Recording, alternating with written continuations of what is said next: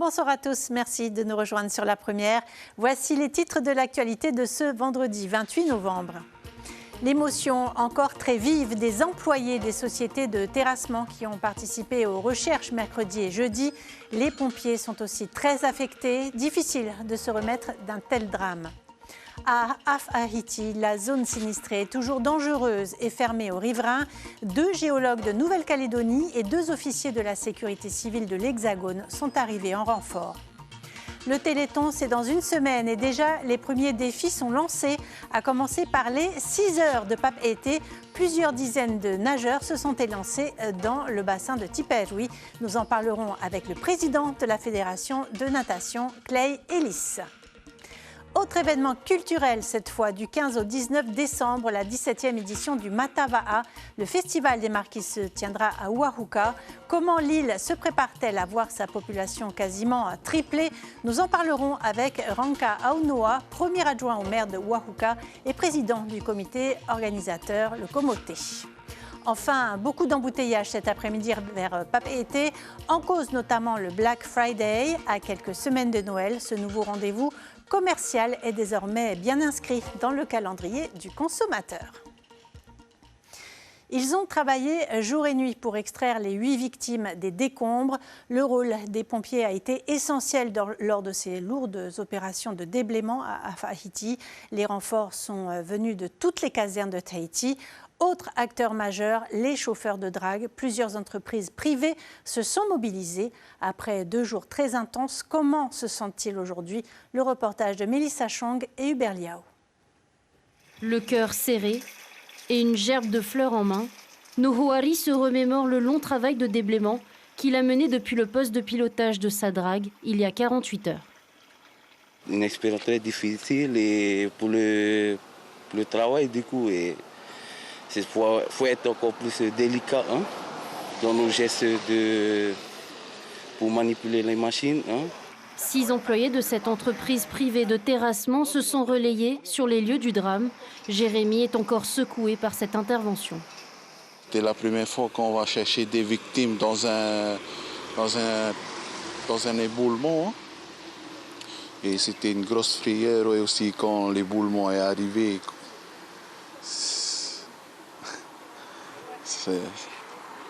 Ça fait mal. Par rapport au terrassement, on travaille. On travaille en déblai, remblai. C'est pas les mêmes. Il faut travailler avec précision parce que ça peut arracher. Encore si le goût est atteint la personne, ça peut arracher. Les opérations ont été menées en étroite coordination avec les pompiers, chargés de la difficile mission de dégager les corps pris sous les débris. C'était vraiment très très dur pour nous. Voilà, en tant que pompier et en tant que papa aussi. J'ai encore l'achat de poule qu'on a ressorti. On était déjà content aussi de la retrouver, surtout pour la famille. Et je voyais tous mes collègues sur le chantier, tout le monde était attristé qu'on a sorti ce petit corps, on va dire intact. Voilà, un petit ange qui est parti. Au total, plus d'une centaine de personnes ont participé aux opérations de recherche dans le quartier Tehonu d'Af-Haïti. Et demain, un rassemblement œcuménique est organisé pour soutenir les familles endeuillées. Une cérémonie organisée à la salle Omnisport de Puéou à 18h. Sachez que vous pourrez suivre cet événement en direct sur nos réseaux sociaux grâce à un Facebook Live. Et toujours concernant Af-Haïti, des renforts sont arrivés de Nouvelle-Calédonie et de l'Hexagone. Ils doivent apporter un soutien logistique et humain aux équipes déjà déployées sur place. Aujourd'hui, 2 questions se posent. Dans quel état est ce flanc de montagne et quand les riverains pourront-ils regagner leur maison? On voit cela avec Lucille Guichet et Jérômy. La pluie est de retour à Af-Haïti et les éboulis aussi. Sur le site effondré et toujours fermé, 2 géologues tout juste arrivés de Nouvelle-Calédonie. Ce matin, ils constatent de nouveaux mouvements de terrain. La zone reste instable, mais ne nécessite pas d'évacuation supplémentaire. Pour donner un coup de main aux collègues géologues ici pour l'ampleur de la tâche, le côté dramatique de la situation. C'est vrai que c'est plutôt mieux d'être plusieurs pour analyser la situation et essayer de prendre les bonnes décisions. 2 officiers de la sécurité civile viennent également en renfort. Ils ont l'habitude de soutenir les pompiers dans le cadre de grandes catastrophes. Les services du pays ont été très réactifs, donc toutes les personnes malheureusement ensevelies et décédées ont été retrouvées. Donc maintenant, nous, notre mission va surtout se baser sur la coordination des moyens. La cellule d'expertise va ainsi analyser le site pendant plusieurs jours. Elle doit gérer l'après-crise, évaluer les risques potentiels et décider du retour des riverains à leur domicile. Nous avons la capacité aussi de faire un appel au renfort national sur des compétences particulières, comme c'est le cas pour ces 2 experts de Nouvelle-Calédonie qui sont spécialistes en géologie et en mouvement de terrain. Nous avons fait également appel à 2 experts en sauvetage déblaiement. La zone est toujours considérée comme dangereuse. Elle reste fermée à toutes les équipes et aux riverains jusqu'à ce qu'elle soit totalement sécurisée. Oui, et plusieurs séries d'observations de terrain ont été menées donc toute la journée sur le site initial de l'éboulement et au PK 5.5 où des arbres ont été déracinés. L'expertise a permis d'identifier 12 maisons pouvant être réintégrées car situées en dehors de la zone de risque. Voilà ce que l'on pouvait dire sur le drame de Haïti. Autre actualité qui concerne le secteur aérien. Airbus a demandé ce matin d'arrêter immédiatement les vols de 6000 avions A320 pour remplacer un logiciel de commande. En Polynésie, seule la compagnie Air Calin est concernée. Les détails sont à retrouver sur notre site internet. Le Téléthon, c'est dans une semaine, mais déjà, certains événements sportifs s'associent à ce rendez-vous caritatif majeur, à commencer par les 6 heures de Papeete. Depuis 17h et jusqu'à 23h, les passionnés de natation arpentent la piscine de Tipaerui. Le challenge est effectué en solo ou en équipe de 4. Et je vous propose de rejoindre sur place Clay Ellis, le président de la Fédération de natation. Bonsoir, Yaurana. C'est vous qui supervisez cette 15e édition des 6 heures de Papeete. Ça fait 2 heures que ce challenge a débuté. Comment ça se passe jusqu'à présent? Oui, alors juste pour rectifier, je suis le directeur technique du club olympique de Polynésie. Et puis, alors ça se passe très très bien. On a déjà atteint les 10 km en 2 heures, même plus. Et donc, on a atteint le nombre de 90 nageurs dans l'eau, en équipe et en individuel. À combien de nageurs participent? Vous disiez 90. Est-ce que ce sont des nageurs avertis? Alors non, il y a des nageurs licenciés à la fédération et des nageurs licenciés mais en loisir. Et puis les non licenciés. Et donc on a voulu ouvrir à tout public pour profiter de cette soirée et surtout donner son soutien au Téléthon, puisqu'on est aussi partenaire avec le Téléthon pour cette soirée, pour cet événement des 6 heures de Papeete, avec la ville de Papeete et la Fédération thaïtienne de natation. On va y venir. Juste un mot, il y en a qui font les 6 heures. Oui, alors il y a 2 individuels à ma connaissance qui feront les 6 heures. Et puis les équipes aussi, beaucoup d'équipes vont faire les 6 heures. Et puis on a remarqué qu'au bout de 2 heures, on enchaîne bientôt sur la 3e heure, que des équipes sont restées, les nageurs sont restés. Donc on pense que c'est la dynamique avec les groupes de musique que nous avons pu avoir avec une action caritative aussi pour ces groupes de musique. Oui, vous le disiez, c'est un challenge sportif mais également caritatif. Alors, comment parvenez-vous à récolter les dons? Alors, sur la participation, sur le gradin pour le public, à 500 francs. Donc c'est toute la soirée jusqu'à 23h pour ceux qui sont un peu en retard sur se déplacer vers la piscine. Et 2000 francs pour les nageurs jusqu'à hier, les inscriptions jeudi. Et ce soir, c'est 3000 francs. Donc voilà les recherches de fonds qui seront reversées au Téléthon. Un dernier message peut-être ce soir? Alors, j'appelle à tout spectateur qui souhaiterait nous rejoindre au bassin de Tipaerui, à l'entrée de la ville, de ne pas hésiter, venez nous rejoindre et venez faire un plongeon et soutenir le Téléthon. Merci beaucoup Clay Ellis, merci et bon courage aux nageurs qui occuperont le bassin de Tipaerui jusqu'à 23h. Et je rappelle que le Téléthon aura lieu à Tahiti les 5 et 6 décembre. Objectif donc poursuivre la lutte contre les maladies rares et neuromusculaires. L'année dernière, 4 millions de francs avaient été récoltés. Un numéro à retenir pour vos dons, le 44 36 37 ou le site de la Fondation Anavaï. La Polynésie française compte 21 nouveaux gendarmes adjoints volontaires en Polynésie. Donc, une cérémonie de fin de formation a été organisée cet après-midi. 7 adjoints de soutien et 14 gendarmes adjoints sur le terrain ont reçu la rondache de leur unité d'affectation, symbole de leur entrée au sein de l'institution. Marcel Bonneau a recueilli la réaction des jeunes recrues. Le premier mois a été assez compliqué. On a dû se mettre rapidement au rythme militaire et au fil du temps, ça a été petit à petit et maintenant on est opérationnel. Surtout avec les cadres qu'on a, les cadres sont très stricts. Dès lundi, vous êtes sur le terrain? Lundi prochain. Lundi prochain, on a une semaine de permission et normalement on reprend le 8 décembre. Et notez que cette cérémonie a également été l'occasion de remettre la médaille de bronze de la Défense nationale à un chien de l'équipe cynophile du peloton de surveillance et d'intervention de la gendarmerie de Fa'a. Le chien s'appelle Oups. Allez, on prend maintenant la direction des Marquises grâce à notre rubrique Teho no Ta'amutu.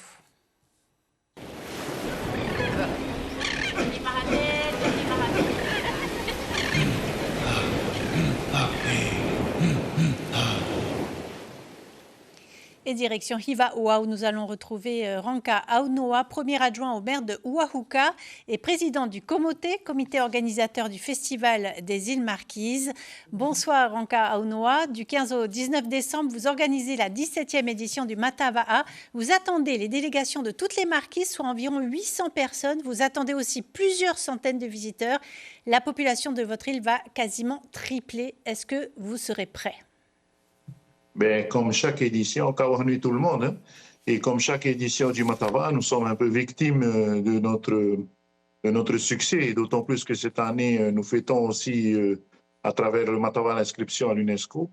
Les préparatifs vont bon train, nous sommes quasiment prêts à 2 semaines de l'événement.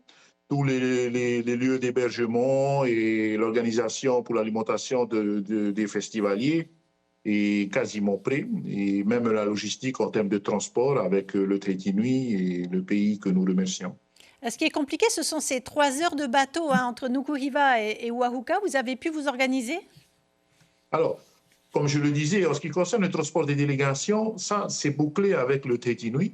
Par contre, pour l'organisation de la venue des visiteurs et de nos familles, il faut dire qu'on est tributaire de navettes de la CODIM et puis des moyens que nous connaissons tous pour rejoindre notre petite île. Et d'autant plus que l'ATR n'atterrit pas chez nous, nous avons juste le Twin Otter. Et ça, je dois reconnaître que c'est un peu compliqué à organiser, mais je reste confiant.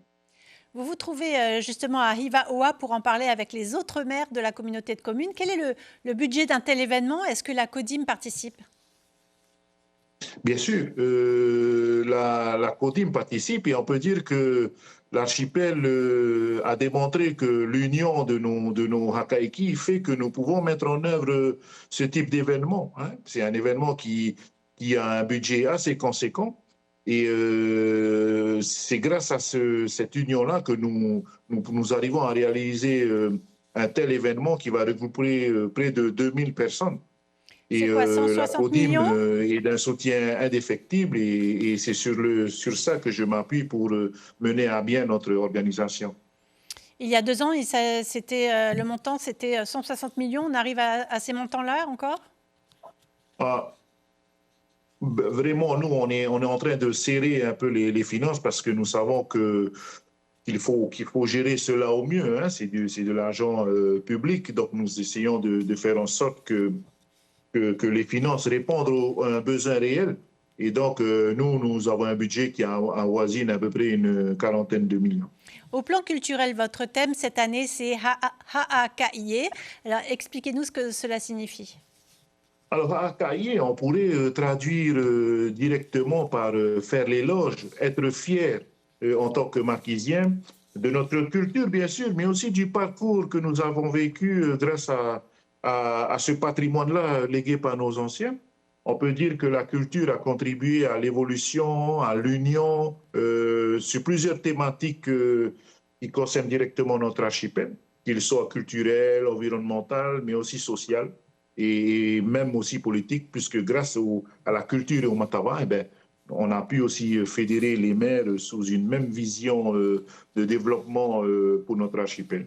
Alors très rapidement, si on doit retenir un temps fort ou en tout cas une spécificité de votre festival cette année, quelle sera-t-elle? Alors moi j'ai deux temps forts, enfin, il y a trois temps forts pour nous. Bien sûr, il y a la cérémonie d'ouverture parce que on souhaite ramener l'aspect du tapu, du sacré au centre de notre culture. Il y a aussi la mise en place pour la première fois au sein du Matawa du Matawa des enfants, hein, des Matawa au Tetawa et tout, parce qu'il nous semble important qu'à travers les enfants, nous puissions perpétuer notre événement dans les années à venir. Et bien sûr, il y a la cérémonie de clôture où il y aura pour la première fois aussi le Ruu Katari, le chant de nos anciens traditionnels que nous allons donc chanter avec toutes les délégations. Et bien sûr, la passation d'un objet que vous verrez en moment voulu pour, et oui, on ne manquera pas de suivre symboliser la passation. Cet événement. Merci beaucoup, Anka Aonoa, d'avoir détaillé pour nous cet événement qui s'annonce intense. Et ainsi se referme notre rubrique des Hono Ta'amutu.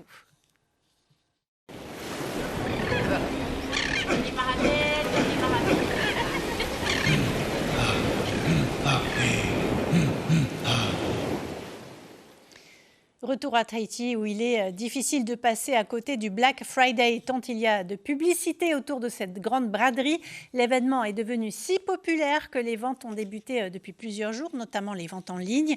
Dans les commerces, il fallait s'armer de patience. Plus d'1 heure d'attente parfois pour récupérer des commandes. On voit cela avec Patrick Régis et Dylan Fels.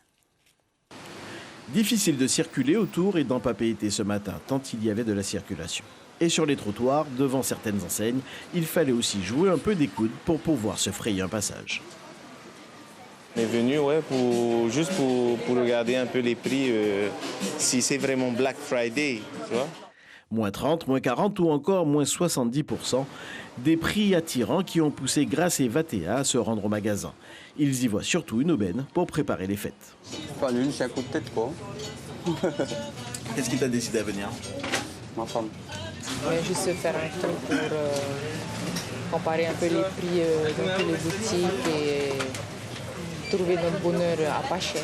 Et souvent, les gens profitent aussi du Black Friday pour commencer à se préparer pour Noël. Donc, on nous demande souvent des papiers cadeaux. Donc là, ces derniers jours-là, on nous a demandé beaucoup de papiers cadeaux. Et puis, il y a les autres. On pourrait presque les appeler les professionnels du Black Friday. Ils ont surveillé, comparé les offres et même commandé en ligne pour être sûr de ne pas rater la bonne affaire, souvent de l'électroménager. Je ne me suis pas précipitée, en fait. J'ai dit je vais attendre quand même pour avoir ce que je voulais. C'est 12 000. Ils sont vendus 6 000. J'ai attendu le Black Friday parce que sinon je n'en aurais pas acheté à 12 000 francs pièce, je n'aurais pas pris. Donc là, à 50%, on va faire des cadeaux à Noël pour ma soeur, mes parents, enfin... Et en ce jour de super promo, même en ayant tiré le gros lot, il fallait plutôt être patient côté client.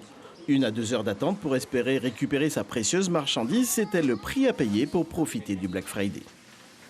Soit que les gens ils ont envie d'acheter, quoi, qu'ils veulent profiter, tu vois, donc du coup ils sont plus, ils prennent plus le temps aujourd'hui de bien regarder comparé quand même aux autres jours. Avoir les rotations dans les magasins, le Black Friday aura permis de liquider les stocks pour faire place aux nouvelles collections. Pour ceux qui n'auraient pas encore trouvé le temps d'en profiter, certaines enseignes ont décidé de prolonger les offres durant tout le week-end et jusqu'à ce soir, 22h à Papeete et Uturoa.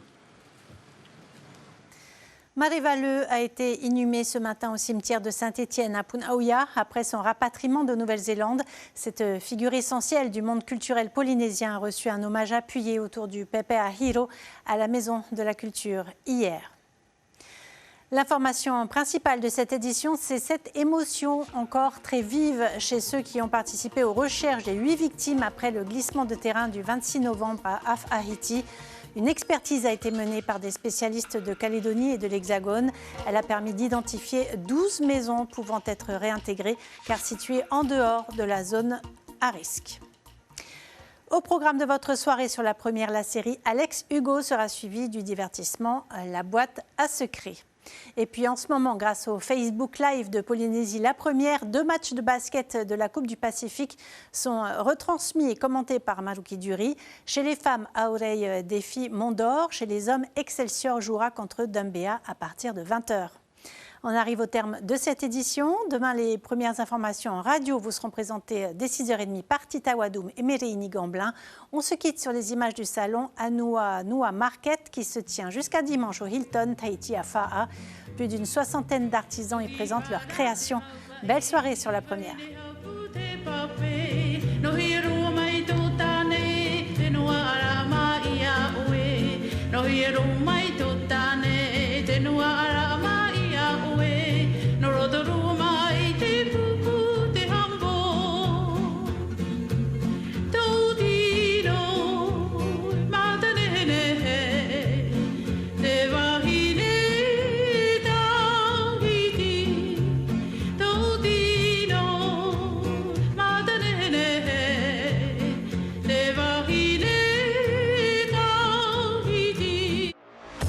Retrouvez toute l'info sur WhatsApp en scannant notre QR code.